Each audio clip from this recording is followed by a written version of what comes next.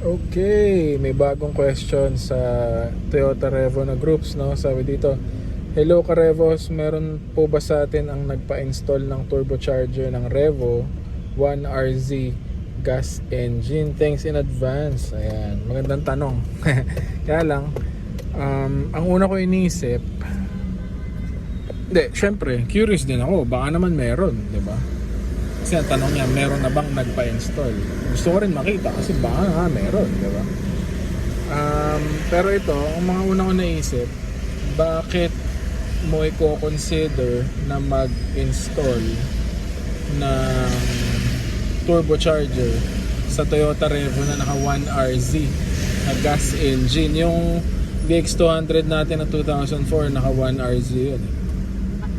So syempre, wala namang ibang reason kung bakit ka magkakabit ng turbocharger kundi more power, di ba? O sabi nga ng Donut Media, more power baby, pangit.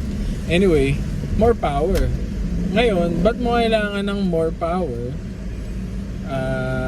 Either pang karera, although ang Toyota Revo naman obviously dahil siya isang Asian utility vehicle, generally, although wala naman imposible, pero generally hindi siya pinangkakarera. So, kung hindi pang karera, para saan mo kailangan yung more power? Siguro for hauling, 'di ba? Kasi yung mga pickups ganyan, usually turbo diesel, di ba? Kasi hindi naman nila habol yung speed, hindi nila habol yung acceleration, ang habol nila torque, di ba? Pulling power, kumbaga mag-ahatak ka ng mga trailer, mga ganyan. So, siguro kung nakukulangan ka dun sa 1RZ mo, nakukulangan ka sa pulling power niya, sa torque, baka pwede ka nga maglagay ng boost tapos lagyan mo ng tipong 1 bar na boost pressure, 'di ba? Syempre tataas ang horsepower mo nun. Kaya lang baka yung mileage mo maging ano na lang, no?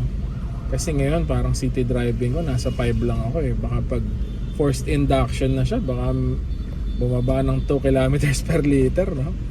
Grabe. Sulit ba siya? Siguro kung ako, ito true to life na true to life. Hindi, kumbaga realistic para sa akin. Actually, isa sa mga kino-consider ko is magpalit ng aftermarket na intake, tapos headers, tapos downpipe, flexible tube, tapos resonator, tsaka chambered muffler. Hindi para sa power o kung ano man, kundi saan ako lang yung bintana ako mga kapatid. Hindi para sa power, kundi more on para itono yung tunog nung natin, nung Revo natin, kasi feeling ko may may future, parang may potential eh.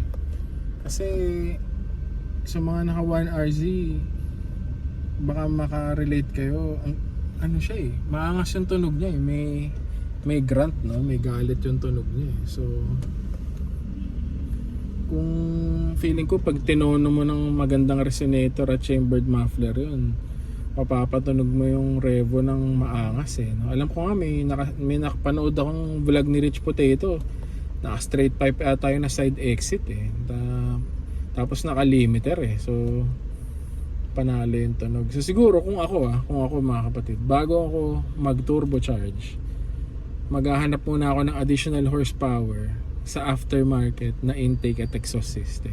Tapos pag nandun na, tapos hindi ko alam kung natutono ba ang Revo, hindi ko alam kung yung computer box na natutono yung air fuel mixture, no? Pero kung if ever pwede siyang i-tune after palitan ng intake at exhaust, at nakakita ka ng horsepower gains doon, baka hindi mo na isipin mag-force induction. Pero kung itong point ko lang to mga kapatid, kumbaga practicality, iniisip ko talaga na may function siya. Pero kung tipong laruan lang yung habol mo, kumbaga gusto mo lang gawing toy car, diba? Kumbaga meron ka talagang daily driver na practical, na tipid sa gas, na point A to point B, tapos may Revo ka na on the side, tapos wala kang magawa, tapos may extra ka na budget na, di ba, may sobrang ampera, gusto mo maglaro, gusto mo mag-modify, yun, gets ko yun. Tapos kakabit mo yung turbocharger, tapos paglalaroan mo siya, okay, gets.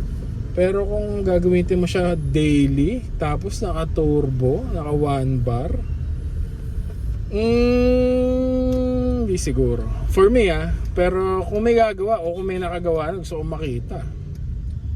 Yes, please, diretso na nga lang. Yes, please, diba? Kung meron. Sige, abangan natin kung may magko-comment, na-excite tuloy ako. Yun lang po, tungkol sa turbocharger. Thanks for watching. Bye.